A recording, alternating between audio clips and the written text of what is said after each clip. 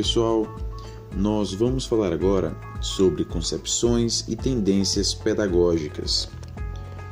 É costume dividir as tendências pedagógicas em liberais e progressistas.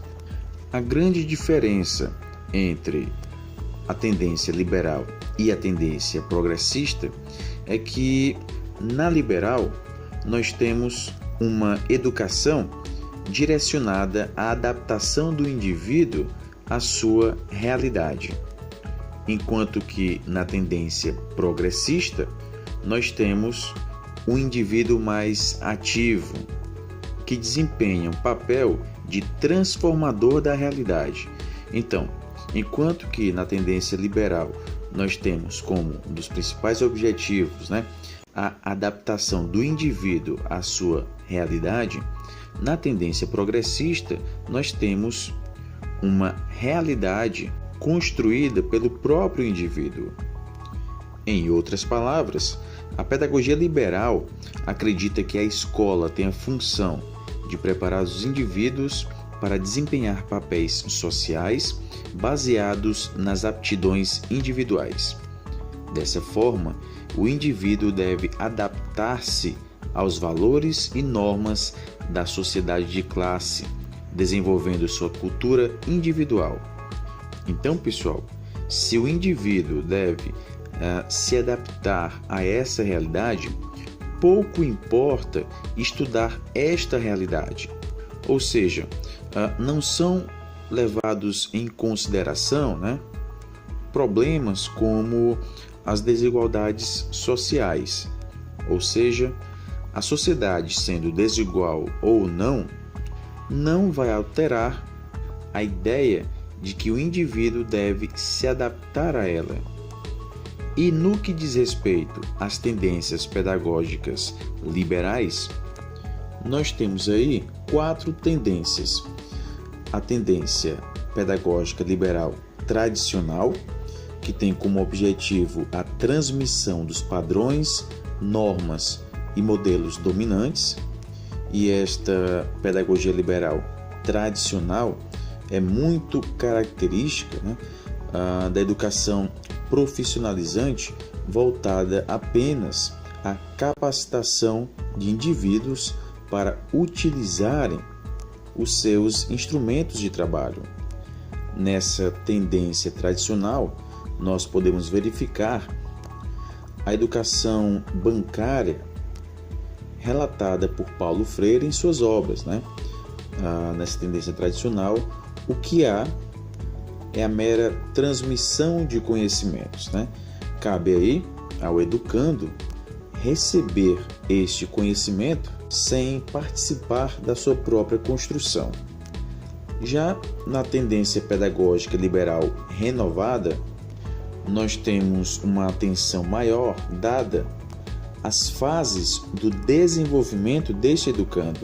Então, nessa tendência renovada, nós vamos considerar as fases do desenvolvimento, e os conteúdos devem se adequar a essas fases, aos interesses dos educandos e também ao seu próprio ritmo.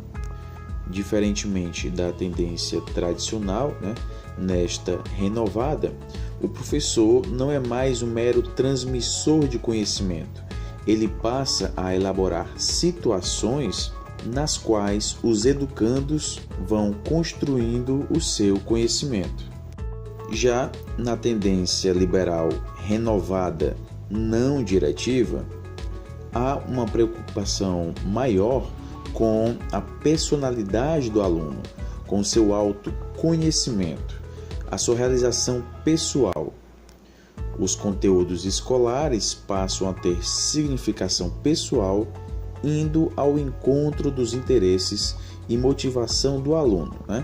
Nós temos aqui, portanto, um conteúdo que seja significativo para esse aluno. A relação professor-aluno passa a ser marcada pela afetividade. Agora, na tendência tecnicista, que também é liberal, nós temos aí a ênfase na profissionalização e na busca, né, de modelar este indivíduo de acordo com o modelo social vigente. Os conteúdos que ganham destaque são os objetivos e neutros. O educador tem uma relação profissional e interpessoal com o aluno.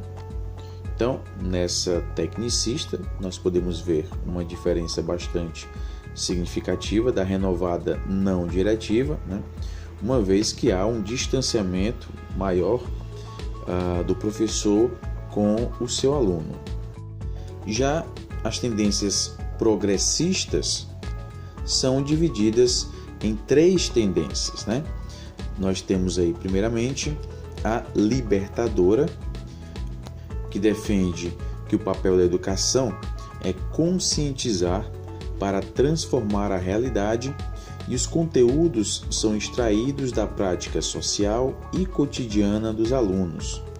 E assim, pessoal, essas 3 tendências da tendência pedagógica progressista, né, sempre vão abordar essa questão da conscientização, do pensamento crítico, né, do indivíduo como um ator social, como um ser capaz de mudar a sua própria realidade, e não apenas um ser que deve se adaptar à realidade, que é o que nós vemos, né, na tendência liberal. Nessa tendência progressista libertadora, a relação do professor com o aluno é tida como horizontal, em que ambos passam a fazer parte do ato de educar, né? E aqui nós podemos resgatar também Paulo Freire, né, ao afirmar que nós, enquanto professores, aprendemos quando ensinamos e ensinamos quando aprendemos, né? Quando a gente ensina, a gente está aprendendo a ensinar. E quando a gente aprende, a gente também está ensinando aquele que nos está ensinando. Daí nós temos ensinar para aprender e aprender para ensinar. A outra tendência progressista é a libertária. Nessa tendência libertária, a escola propicia práticas democráticas, pois acredita que a consciência política resulta em conquistas sociais.